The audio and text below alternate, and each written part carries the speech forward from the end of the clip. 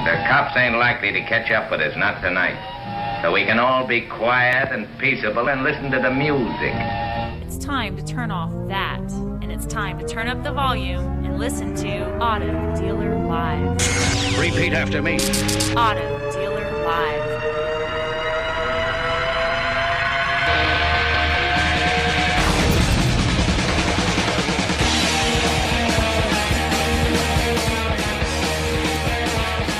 Good afternoon. This is David Villa, and you're listening to Auto Dealer Live. It's 3:30 p.m. Eastern Standard Time, and we're coming to you from Tampa, Florida. And, man, what a great show today. This is one, dealers, that you're going to want to get your pens, your papers, your iPads out. This is one that you're going to want to stop what you're doing, minimize your screen, and listen to it. Because today we've got, honestly, I'm amazed, Martin, that we can have this much talent, this much experience, and really humble, successful guys on the phone, man. I'm really blown away at the caliber. Absolutely. Today we've got our great American automotive panel. We do this about once a quarter, and we bring on guys and gals in different times from the auto business that are experts in various fields, different parts of the country. Today on the show, and we're bringing them on in just a moment, we have Marsh Bice. Marsh is the general sales manager of Mark Chrysler Dodge Jeep in Louisiana. He's an author. He's a dealer. He's a father. He's a husband. This guy is amazing. He's good. He's a leader. He's going to be on the show today. I'm really excited to get to know this gentleman better, and first time on Auto Dealer Live, but it really needs no introduction in the auto world. Chris Saraceno, he's the vice president and partner at Kelly Automotive, and also the founder of Dealer Elite, which is really the when it comes to social marketing and connection in the automotive world, it is the thing. And Chris is involved not only in those, but also involved in multiple conferences, auto conferences each year. So he's going to be on the show with us. We have Danny Benitez. Danny is GM at Greg Lair Buick GMC in Texas. If you read, he's actually a very good blogger and has some incredible ideas. Also, he's a comedian. He's a funny guy, and I like Danny a lot, and you're going to like him. And then last but certainly not least, someone who's gets a lot of feedback on the show. One of the best trainers that I know. Last year in 2012, #1 attended workshop at the 2012 NADA convention. Alan Ram is going to be joining us. We also have Matt Lasco that may be calling in. Matt got called away on a TO, but that's going to be our show today. It's going to be these guys talking. We've got a few questions that have been sent in, and then we're going to let these guys just talk. Yeah, and if anybody out there has any questions, they can always hashtag Auto Dealer Live, hit us up on Twitter. Absolutely. And we definitely have their contacts, and they'll get back with you. It's an interactive show. Absolutely. Hashtag Auto Dealer Live. We're here for you. Also call us at 813-574-1820. That's 813-574-1820. Hashtag Auto Dealer Live. Before we go to break and bring our guest on, a couple of announcements. In the month of December, Auto Dealer Live, we have some great shows. December 19th, we have Jim Ziegler that's going to be on. We already have some guests that we've lined up to be on as well. We're going to be taking live calls that day. So Jim's going to be weighing in on some automotive training. We have Sean Moffitt that's going to be on the show, along with Gail Rubenstein on December 12th. I've never talked to Sean, but I'm interested in talking to him regarding some sales literature and some material that he's written. We have some great shows coming up in December. You don't want to miss it, but stay tuned, because right now, coming up after this break, well, actually, Martin, you know what? What's that? What's trending, baby? What is trending? Let's see here. I might can drum something up. U.S. plans to sell remaining 31.1 million GM shares by year end. The Treasury Department announced plans to sell its remaining 31.1 million common shares in General Motors possibly by year end, depending on market conditions and trading volumes. Tesla gets top marks in Consumer Reports satisfaction survey, as long as they're not catching on fire.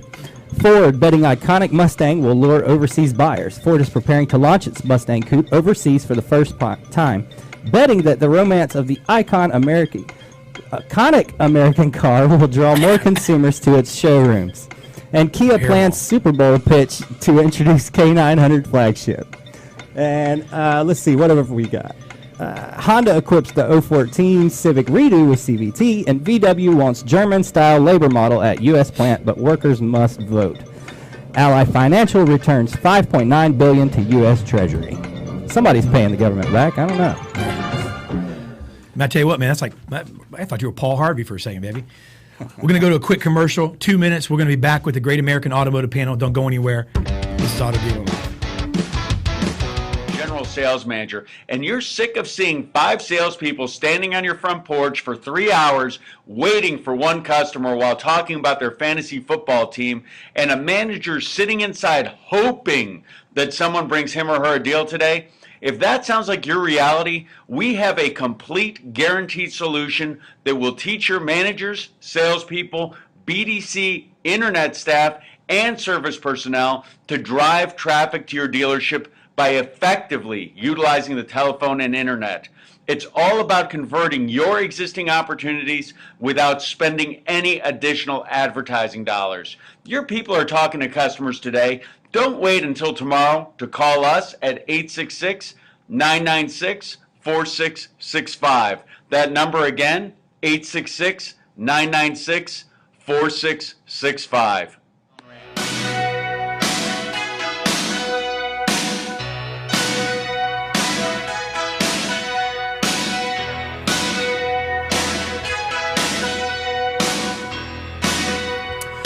We are back, and this is the Great American Automotive Panel. We're going to bring on our guest right now. With no further ado, we're going to turn the show over to them. I'm going to do a quick introduction again. We got Chris Saraceno. He is the VP and partner at Kelly Automotive, founder of Dealer Elite. We have Danny Benitez, GM of Greglaire, Buick GMC, Marsh Bice, GSM, Mark Chrysler Dodge Jeep, and Alan Ram, CEO, Proactive Training Solutions. Gentlemen, do I have you all on? Yes, you do. Awesome. Alan Ram's on. Alan Ram's on. Awesome, guys. Well, man, I appreciate you guys joining us. I know that we originally were going to bring you guys on via Skype as well, but I tell you what, we're going to do this. We're going to do this old school. We're going to go forward with the audio version. I'm just excited, and I know our listeners are excited to hear what you guys have to say. And I'm going to just jump right in, and I'm going to ask the first question to Chris. Chris Saraceno. Chris, I want to just kind of throw this out there. And guys, the way this format works is this is all about you. I want you guys to jump in, and just weigh in on anything that you feel like that you want to comment on. That's what the panel's about. We're trying to bring questions and field questions that dealers have asked. And Chris, I mean, the question that I'm asked a lot, and I know you are, I mean, you're everywhere in the auto business, is, what the biggest challenge is. Dealers are trying to figure this out. Principals are trying to figure it out. Where do I put my money? What do you feel, Chris, is the biggest challenge that the retail auto business faces today at this very moment? Well, I will tell you that what I feel, and every one of my friends, is human capital. It's recruiting young, talented people into our industry.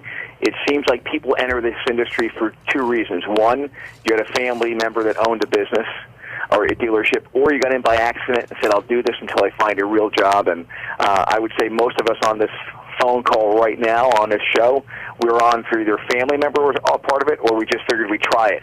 And I know likewise myself. 29 years ago, I figured I'd try it, and 29 years later, I'm still doing it. That was a good choice, man. A good shot. Wow. That's Alan, let me ask you that. I mean, what do you feel? I mean, that you're in and out of dealerships every day. You're talking to guys, you're all over the country. You got your finger on the pulse of the business. What's the biggest challenge today's retail dealer faces? I think that we're getting sloppy again. I think that 2008, 2009 were kind of like the fat guy that has a heart attack. The car business had a heart attack, and all of a sudden we tightened things up. I can't tell you how many people would ask me, how's your business in 2008, 2009, and it was great because we were getting a different clientele back then. We're getting the people that were panicking, that were training as a result of a poor economy, and now that things are getting better, things have recovered. It's kind of like the fat guy has a heart attack and then he eats organic tree bark and fish oil for the next 6 months, gets healed up and back to eating chocolate cake and steak again. So I think that's a challenge, is the fact that we're getting sloppy again. Wow. Danny, Marsh, you guys as well, you're on the retail side. I mean, what's your biggest challenge, Danny? You're in the biz every day facing these customers. What's your biggest challenge being in the retail side of this business? There's a lot of them. You know, to speak to what the guys are talking about here, back in, actually 95 to 2005, those areas, really, a monkey could run a car dealership. I mean, money was flowing, and we got this false sense of accomplishment during those years. Well, what's going on right now, and you tell me if I'm wrong. You've got to be a businessman to run a dealership right now. You need to understand the technical aspects of what's going on. Before, I think we just got complacent, and now the competition is stronger than it's ever been. There's more information than there's ever been. And so what I think it's created, I'm writing a book called From Light Ties to Wi-Fi, and really talking about the digital disconnect, that huge gap in between the the headphone wearing, Starbucks coffee drinking, techno geek that's on this end, who understands all the technical parts, texting and SEO and all these things, but they don't know how to look a customer in the eye and shake their hand and close a deal. And then on the other end of the spectrum, you have these white tie, cigar-smoking guys like us that have been in the business forever that say, I don't need no stinking email and all these gadgets. Well, somewhere in between lies the balance, and there's just a disconnect, and I just think that I don't know. I just think we have to find a way to bridge that gap. That brings up I tell you what, man, that brings up a great point. Marsh, shifting gears, and what Danny just talked about is the dichotomy. There it is. I mean, there's the gap. And I don't know, it may be in other industries as well, but I don't know that there is any other industry like the auto industry. I mean, speak to that for a second. I mean, there's this dichotomy, and you have this one side, and I hate to use the phrase old school versus new school, but let's use that for a second. I mean, talk about that. Yeah, I mean, I totally agree with what everybody has said. I mean, the thing, the part that's going to bridge the gap, in my opinion, David, is going to be the management that bridges both of those together. Yes, human capital is a big thing.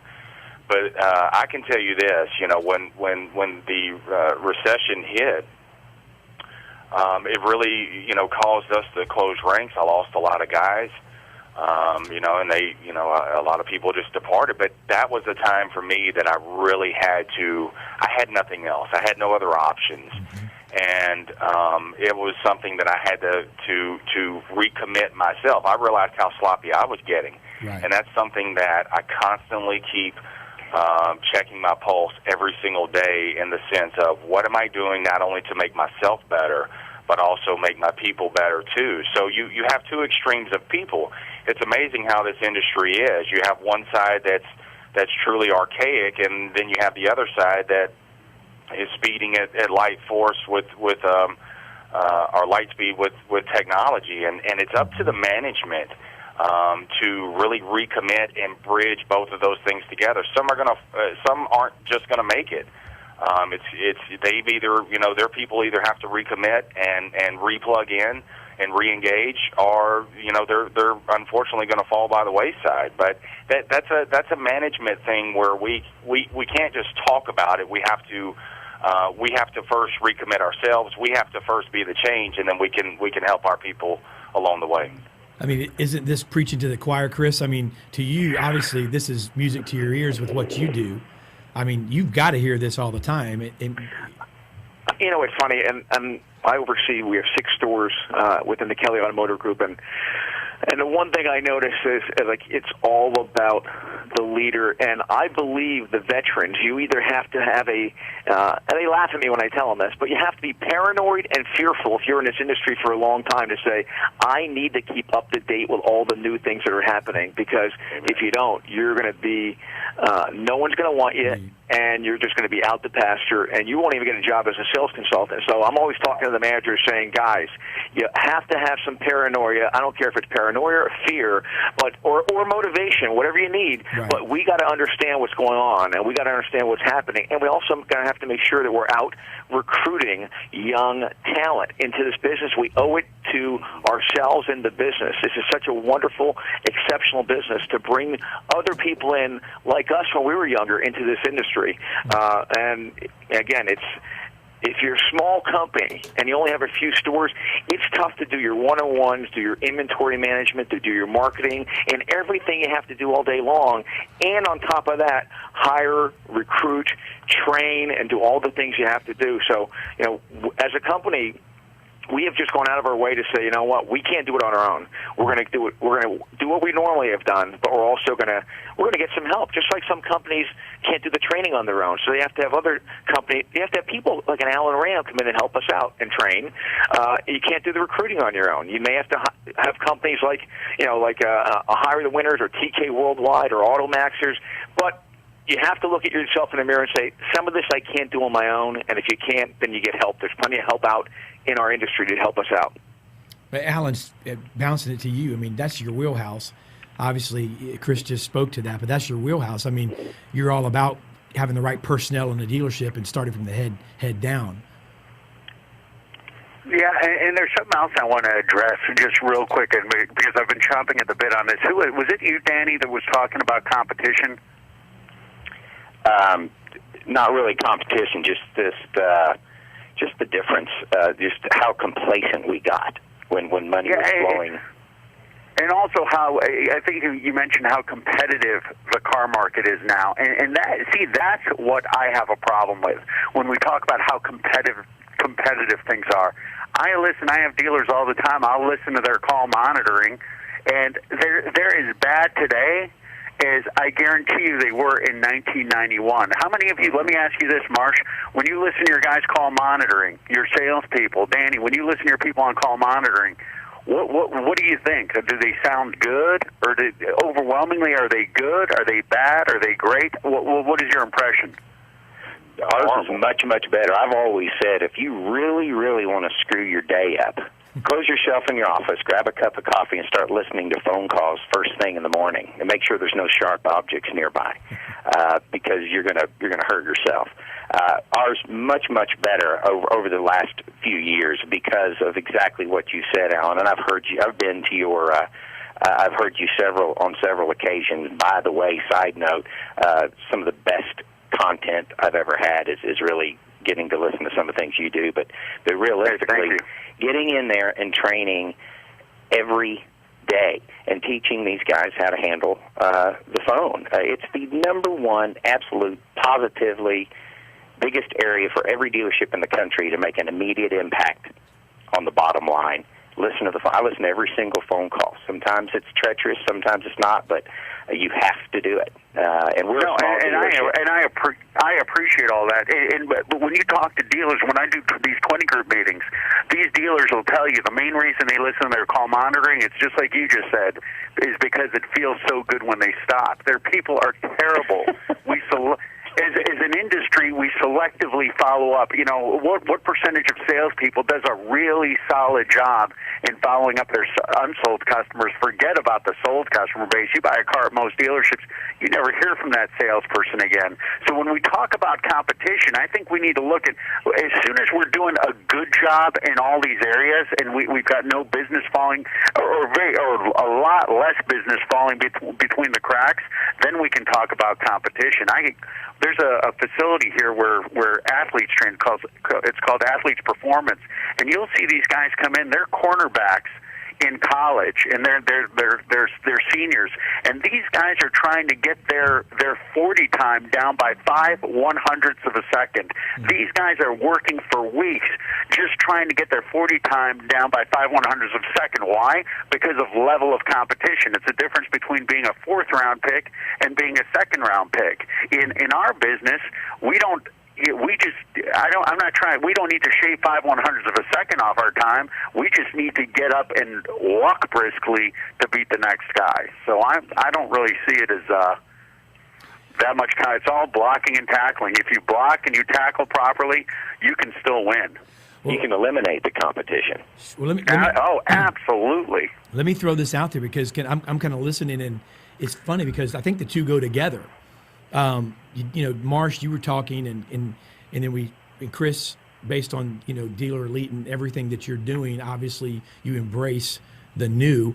And Danny, you were talking, and then Alan, how about this? I mean, because of the technology, added, it means there's more competition, so to speak, or more people in the game, and maybe someone's not competing at the level we are. But if they're taking revenue, if they're taking market share, or if they're taking, because the technology is there, they may stumble into some deals that should be mine or could be mine. So I think, Alan, what you're saying is even more necessary because of the technology, because of the internet, because of the easiness of someone stumbling into our dealership. So if that's the case, I need to work that much harder with the technology.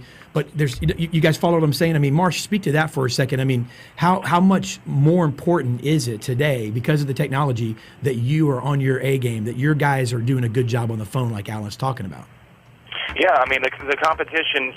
We are the competition. And the person you have to outrun is the person you were yesterday. And I always say that the phone calls is something that it's kind of like your wife coming up to you saying we need to talk, and it's just something you don't want to hear, but you got to sit down and do it. And that's the same thing with some of the phone calls. Is it's something that you really don't want to hear, but that's the Achilles heel, and especially if we're getting fewer shoppers per se physically on the lot.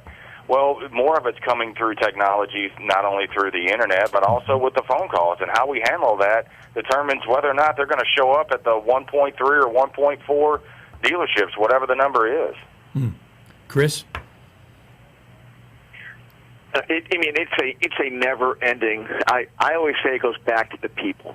When you have good people, it's amazing. Or a good leader. It's amazing how you have an underperforming store and you get the right leader there. It's like a light switch. All of a sudden, things start to happen. You start producing. The energy levels up. They get it. They understand the training. They're role playing. They're recruiting the right people. It's Alan's analogy of sports teams, it's not only in training, but it's also in recruiting, because the sports teams are always recruiting the best people. And in our industry, you first have to have the right people, because you could have someone train all you want. If they don't have a capacity to learn or sell, and they don't have the capacity to, are not motivated from within, and we don't, then it doesn't make any sense. But it's all about getting the right people first and then doing the training. Well, shifting gears and speaking of that, then why is leadership? I'm going to throw this out there. Somebody answer it, and we'll just run from there. Leadership. Why is leadership so important? And we talk about it. It's everywhere. You can't look at Twitter. You can't go anywhere. You can't go to a conference. It's everywhere. Why? One of my favorite authors, John Maxwell, says simply, leadership's influence. Nothing more, nothing less. That's probably my favorite phrase of leadership, just simply because it's simple and it's so true. So if leadership is so important, why is it so important? Somebody want to grab that? Well, I think this, Alan. I think the best organizations move deliberately. They move with speed and purpose. Mm-hmm. And as an owner of a dealership, for example, someone owns 10, 12 dealerships, and I'm amazed that one dealership is doing one thing, another dealership is doing another dealership is doing, in the group is doing absolutely nothing. I don't necessarily understand why the leader doesn't bring everybody together and say, hey, we're picking one thing. We are going to figure out the best one thing to do to solve this problem, and that's what we're going to do. And it seems like everyone in this industry, definitely not everyone, but a lot of leaders, owners in this industry are afraid to make a decision and say, this is what we're doing. Why do you think there's that? There's the operative word, fear. And I think where you find a weak leader, you find a fearful leader. Going back a little bit to this digital disconnect, I get to speak and talk at some of these different conferences, and I get to see these real pumped up internet directors, sales managers, whatever, go there, and they get these great ideas, and they go back and they present these ideas to their fearful dealer. And then, boom, the hammer comes down, and we can't afford Alan Rand's deal. And I heard Alan one time, he's talking about how people, they will spend money on ridiculous things, but they won't spend $500 or $1,000 training their people. But they'll spend $2,000 on Saturday to bring hot dogs in to feed everybody. But it's just ridiculous. It's just in its priorities. First things first, as Kevy says. It's I've made this analogy. I think I even did it with you guys last time I talked to you, David. But you see a big mixing board, and they have the great big knobs at the top, and then a little smaller, and a little smaller, and a little smaller. And dealer after dealer, they're just wasting time on the teeny tiny knobs. And they're working all these insignificant things, these things that don't take priority, and the big things. They're fearful to make these changes that are big and basic. It's very frustrating for me, and so I'm a big believer in first things first, and also agree 100% that you have dealers out there that are totally disconnected, or really group, like Alan was talking about, people that are in charge of big groups, and one store's doing one thing, why they don't take that success plan and implement it in the other stores and concentrate on the things they're doing well. It's always been a mystery to me. We got about 10 minutes or so, guys, and so I want to kind of shift and let you guys end, in the last, 10 minutes or so, kind of talking about some solutions. I know you guys are solutions guys, and I know that because of what you do and what you're involved with. And so let's talk about, because there are dealers right now, that emailed and tweeted and called us, whatever, and said, I got my, I'm taking notes. Listen, I'm looking forward to some good, feedback. So we know there's something wrong with it, and obviously there's frustration. That's why you guys do what you do, and that's why you care. What are some solutions? What's going right in the industry? You don't have to name names, or maybe you do, but what are some stores, some areas, some guys that are doing something, and maybe they did it, and now this is the fruit of it. This is the result. Chris, I'll start with you, because you're talking to a lot of dealerships. What's going right out there? What do dealers need to pay attention to that's working right now? Well, I think when it comes to inventory management, you got the companies like vAuto and the First Look. Our company, we use vAuto. I think that has helped tremendously in looking at your inventory. I think it's helped with the transparency of sitting with a customer and actually showing them with our pricing to show where we stand to compare to everybody else.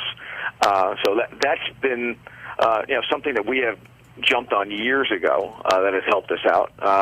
And of course, with the BDC and the internet departments, that has, and also the training that's out there. So what's worked well for us is that we have invested in training, we have invested in technology, and we were one of those dealers a few years ago that were sort of backed off and were very fearful during the downtimes about investing money. But inventory is such a huge part in turning your inventory quickly, and even buying the right inventory has made a difference.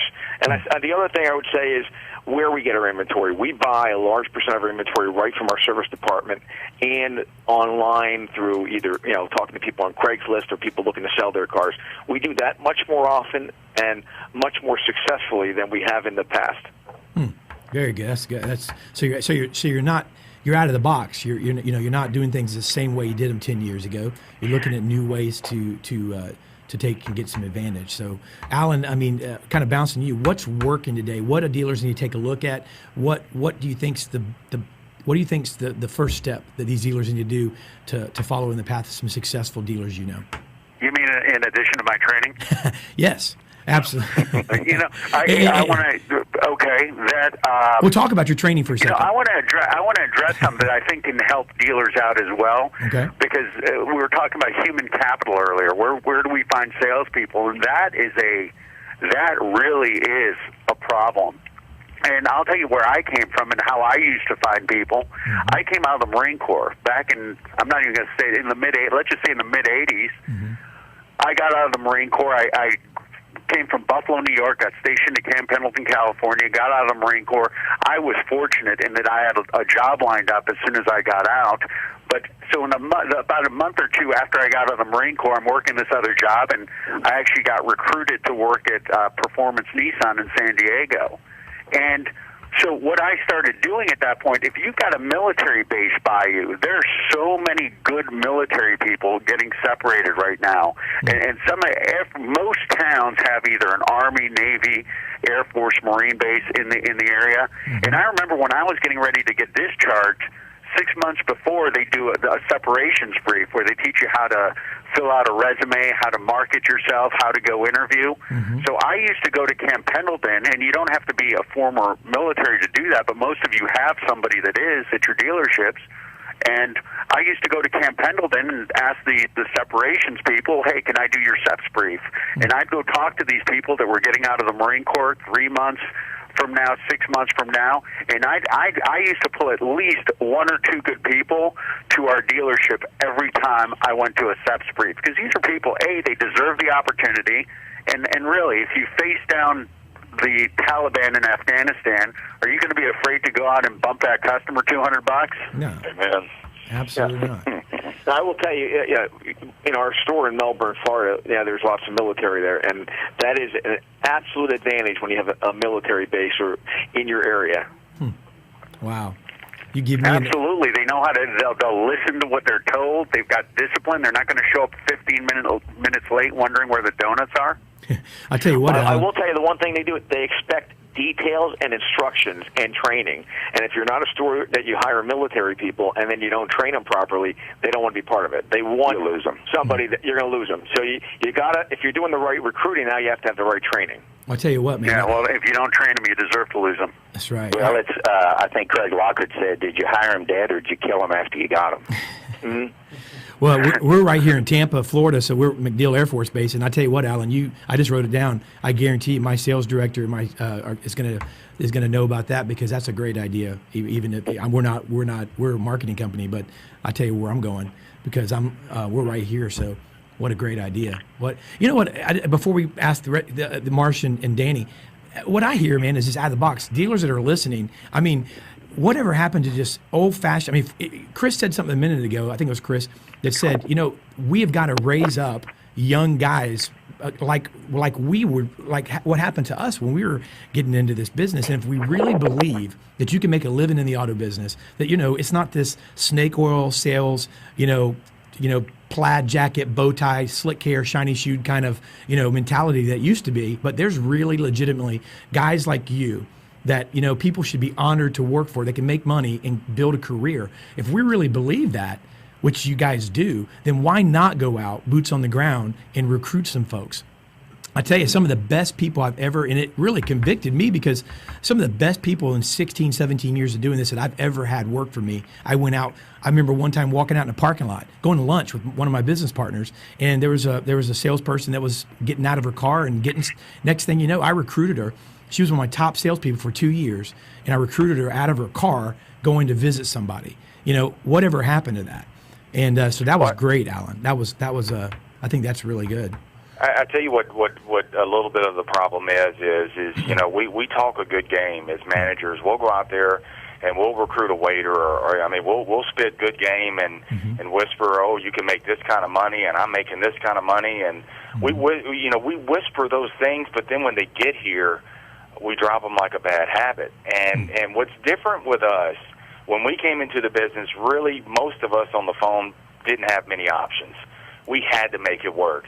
And the people that are coming today, the younger generation, they have many, many options. They will jump from job to job and seek something else.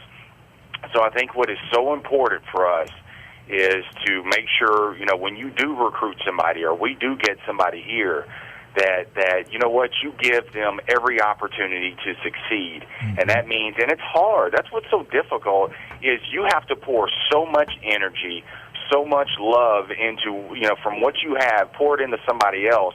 And man, there's days I go home just physically and mentally drained. But I know, you know, the turning point is when you invest in those people, that's the people, you know, and they see an opportunity and then they start making it work. That's the best payoff in the world, is to see somebody's life turn around. But we've got to be the ones to be able to do that. Alan, I want to challenge you to actually, before Danny jumps in on that answer, and I'm going to I put some notes down on some things for a training that I want to put together, just some things in my heart. The term millennial, you guys are the millennials, you know, which I think, Marsh, is kind of what you're speaking to. You know, we don't understand them. I have a friend of my family that's like 80 years old. The guy he sold a company 6 years ago for $66 million cash, private company. I mean, the guy, you know, he's 80 and he still works. You know, I don't know why. He's worth over $100 million. But he stopped me in the lobby of our office. He's known my dad for 25 years. And he said, you know, he goes, I notice all the young guys you have working for you. And he said, you know, we're having such a difficult time relating to them. And it just got me thinking about this millennials. And I want to kind of maybe challenge you guys moving forward and you know, help me if you have ideas. You know, that'll be something really good, Alan, to kind of study up on and talk about, because, you know, how to train, how to raise up, how to recruit, and how to make them hungry, how to gather in the millennials. Because if you can harness that, forget about it. It's over. Because they have more talent in some ways in their little finger than some guys that we worked with have in their whole body. But if we can harness that and learn how to bring it in, I mean, there's nothing we can't do.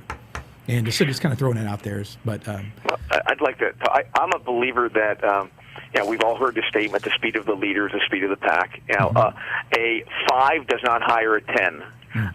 Because a guy who's a 10 doesn't want to work for a 5. So, you know, we have to make sure the leaders, you know, that they want to continue to keep training and they don't fall behind. They have to, when we approach some of the younger folks, they have to see that we run it like a business. This is not the old school car dogs anymore. You know, this is having an outline of here's what our package is. This is the training we do. You have to. The harder it is to get the job and the process you put them through, the more talented people you will attract to come to your store. So you know, at our store we put everybody through a sales simulator first. So they do that online. We put them through a personality profile first. They go through a structured interview, and we explain everything up front. We give an overview. We give the benefit of why we do it, and we want to make sure that makes sense to them. But I believe that's it. When we started doing that about a year and a half ago, we really had a difference in the talent that we were attracting. And it's when we start putting our managers through how to train people and how to attract people that made a difference. And we start using an outside company. We use a company that has a sales simulator called Hire the Winners, which I don't know if there's anything else out there like it. But, you know, training and attracting the right people are the key. Well, we make the mistake also of assuming that these millennials, the number one thing they're looking for is to make a lot of money. They have a whole different agenda, and you better read up and know what's important to them. We do that with customers, right? We try to figure out what the customers' wants and needs are, what's important to them, so that we know how to sell them. Why don't we do the same with prospective employees? Why don't we find out what that generation is looking for in an employer and understand, not that we have to do what they say, but why don't we set our dealership up to maximize on their skill level and what they're going through. We're not going through what they went through, what they're going through. We had a whole different set of circumstances when we grew up. So it's just understanding people. It's good stuff. I remember I heard Marv Levy speak at my sister's college commencement years ago, and he said he commented on quit hiring the unmotivated, quit trying to motivate people. That's good. That's good. That are already. You there, Alan? I think that's what we do. We try to make chicken salad out of chicken shit sometimes with these people, and we try to motivate the unmotivated. That's good. That's good. Well, guys, I'm gonna give you each a final just just a couple minutes here just to kind of share. And seriously, Alan, I know you weren't joking, but I mean, you mentioned training, and I want to say, talk about it. I want you guys to talk about what you're doing. Just kind of end it with, speaking directly to the dealers here. Take a couple minutes, and if you want to be encouraging. Chris, talk about what you're doing. I want these dealers to be exposed to you even more so. Obviously, most of them are. So I'm going to start with you, Marsh. Give us a couple minutes here, and just from your heart, and then we'll move on and give everybody a last word.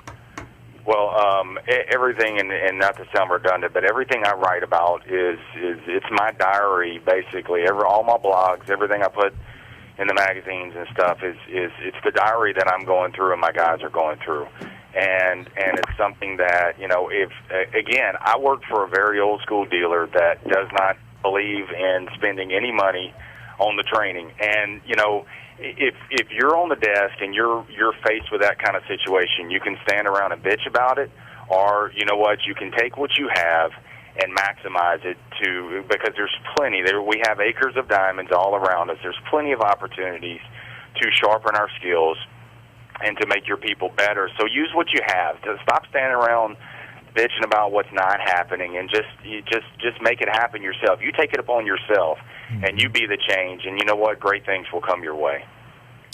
We'll go to Danny. Yeah, I mean, ditto. Perfect. Hate to follow that. But, if I was going to sum it up, I would say be different. We hear the age-old comments from customers about what they don't like about the car business or what they don't like about experiences that they've had. And Alan and I were talking about it earlier. This industry is full of average and below people. And I hate to even say average because they're really not average. If you'll go out there and make an attempt to be different and special and unique, you will own your market. We talked about little things that we're doing. One thing that we've really started concentrating on is video. You could have an entire show, and I know you've had Wiseman on and some of these people, at least Kephart and this and that. But taking just that concept and that different approach, a customer sends an email lead in, for instance, and they get a video back with a walk around introducing themselves with some alternatives and a bright smiley face, and the other people aren't even calling them back, and you're sending them a movie. Yeah. That be different, be special. Have them go to the water cooler the next day and say, "Look what this person sent me from ABC Motors." The other people wouldn't even call me back. Video walkarounds. We're doing video appointment confirmations. Our appointment shows are up about 15%. Video voicemails, leaving people a video voicemail and texting it to them, showing them the excitement and that you've got the papers on the desk waiting to talk to them. Just do something different. That break the mold. Attack the status quo. And not only will you see better results, it's more interesting for me in a business that 5 years ago was getting stale, and now there's a lot of new technologies. We still have the same old, the same basics that we need to go through the blocking and tackling, but there's a lot of other neat things when it comes to video and technology that we need to be looking at. So just set yourself apart. Nice. Alan? Danny, that was spectacular. The videos, and as a matter of fact, when we're offline after the show, call my office, and I'm going to get you access to my internet course. That's all I talk about is video email. The rest of it, and you're about 10 years ahead of the automotive industry with video email now, if that's what you're doing. But everyone will start figuring out. It's pretty much where texting was 15 years ago.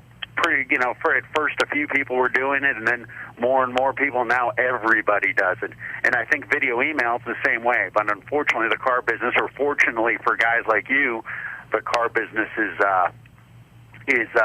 behind. So congratulations on seeing the light with video email, and that's wonderful.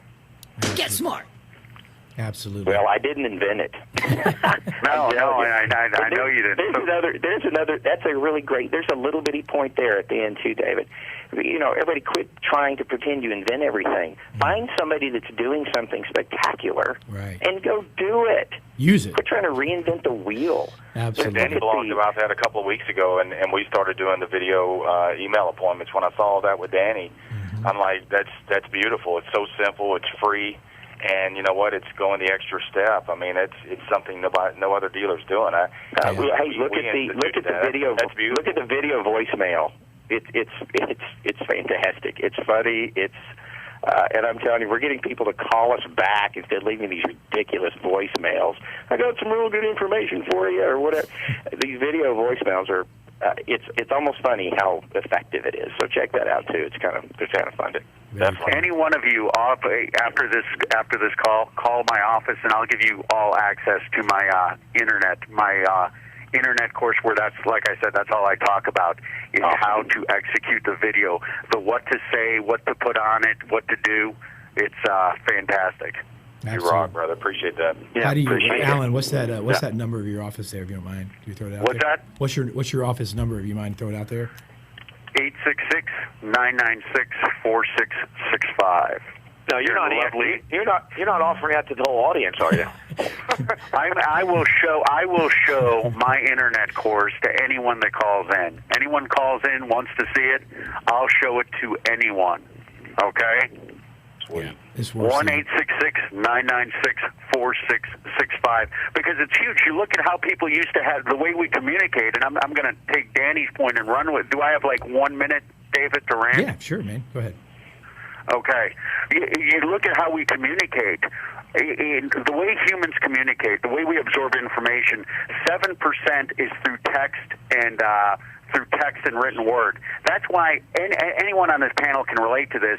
When's the last time you got into an argument with your wife or girlfriend because you sent her a text, you left her a written message, and she took it the wrong way? Next thing you know, you're in a fight, and you don't know why. It's because that is open to misinterpretation. Well, when you can kick it up to a phone call, to tone, and you open it up to tone and voice inflection, now you're communicating with 38% efficiency.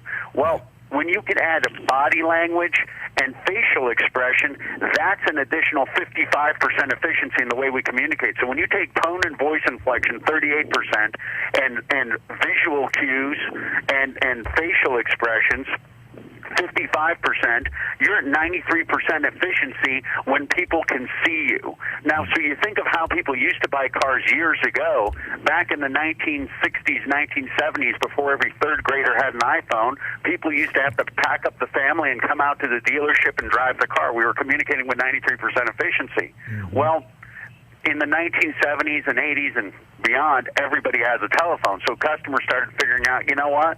We don't actually need to go into the dealership. We'll just call them up. So 93% became 38% efficiency.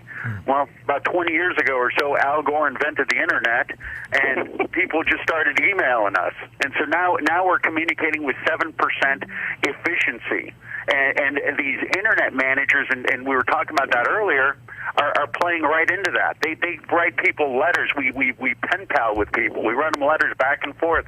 We're at 7% efficiency. As advanced as we think we've become, we've regressed.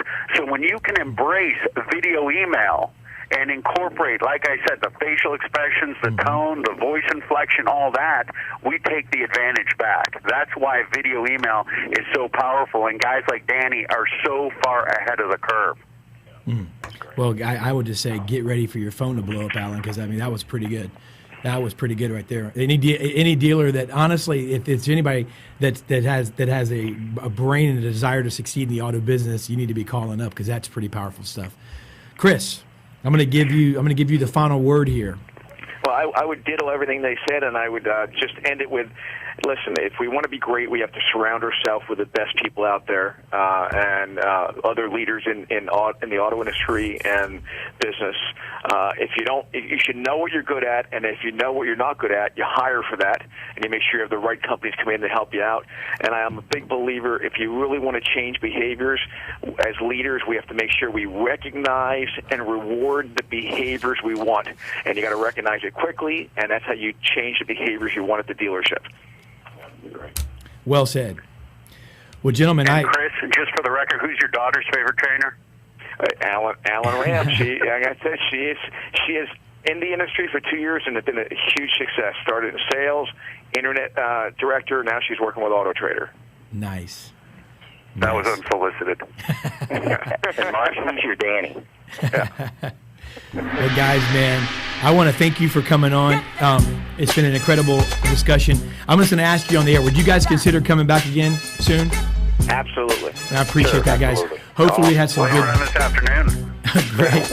Well, I tell you, man, I'm thinking about Alan. I'm gonna call you myself because I've got some. I want to see if you got anything for. I'm not a car dealer, but man, I got a sales team, so maybe you can help us out too. So anything we can.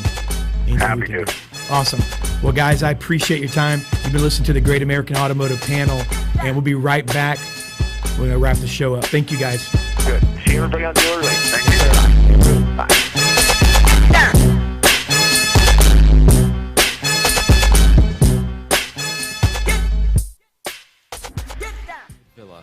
If you are interested in staying motivated or bringing your sales process to the next level, we have put together Team Impact Sales Training, a weekly training video series free of cost that is updated weekly on thedealerhub.com, the fastest growing community of automotive dealers and industry professionals.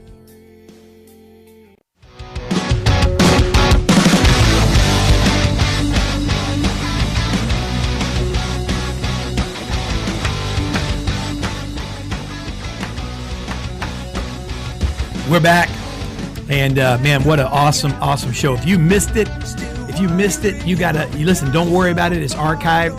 You can check it out at our Ustream page. You can go to Dealer Elite. You can go to the Dealer Hub. You can go to ipdmail.com. It's going to be everywhere, but Blog Talk Radio.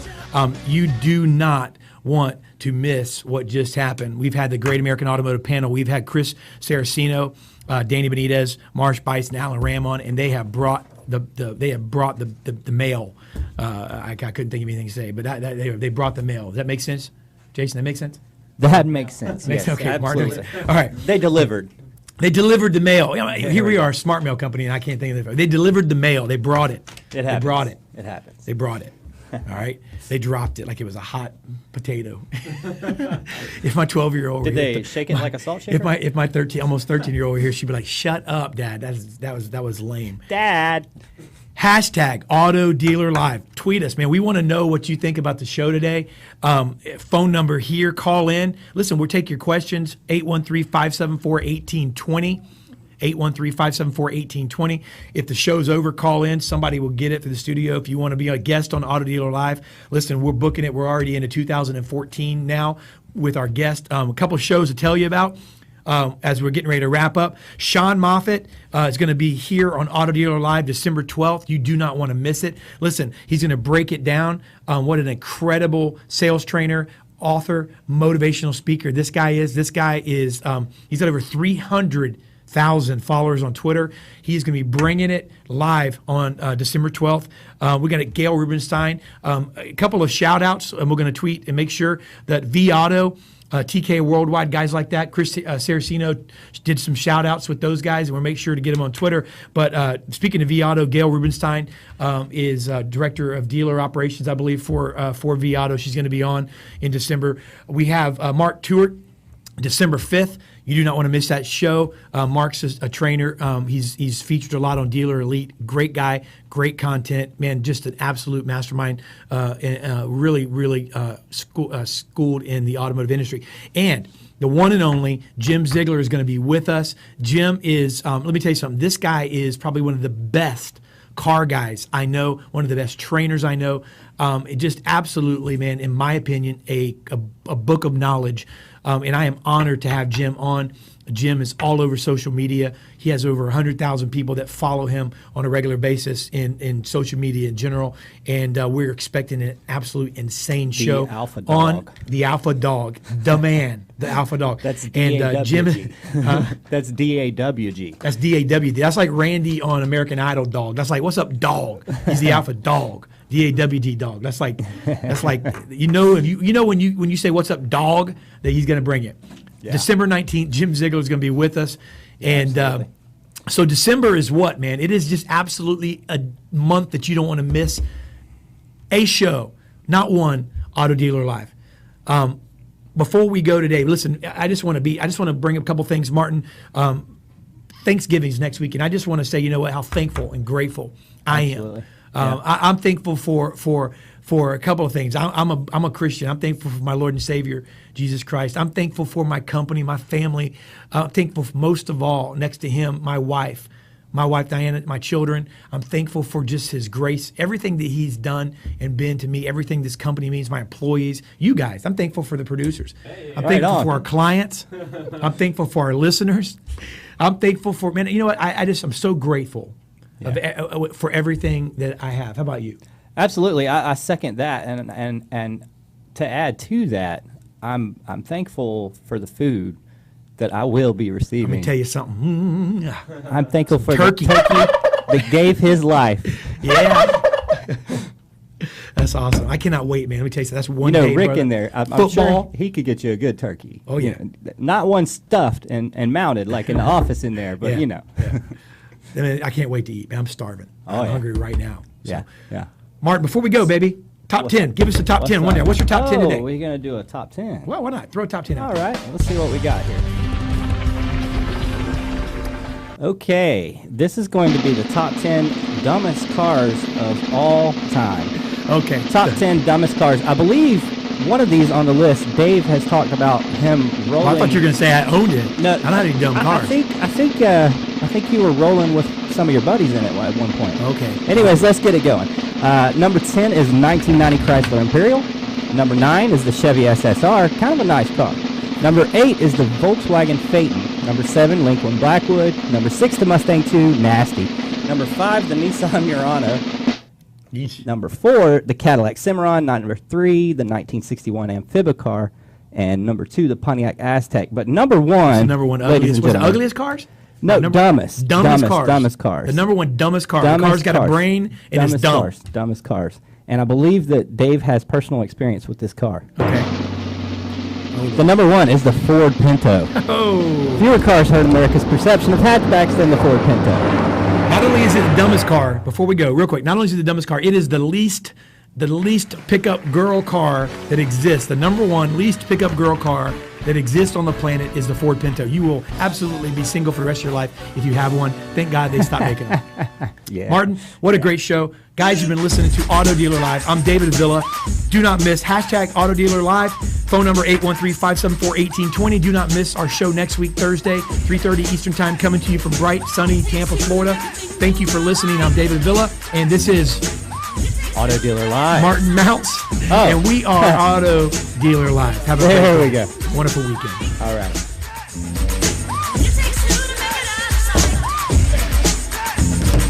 I wanna rock right now. I'm Rob Bass and I came to get down. I'm not international.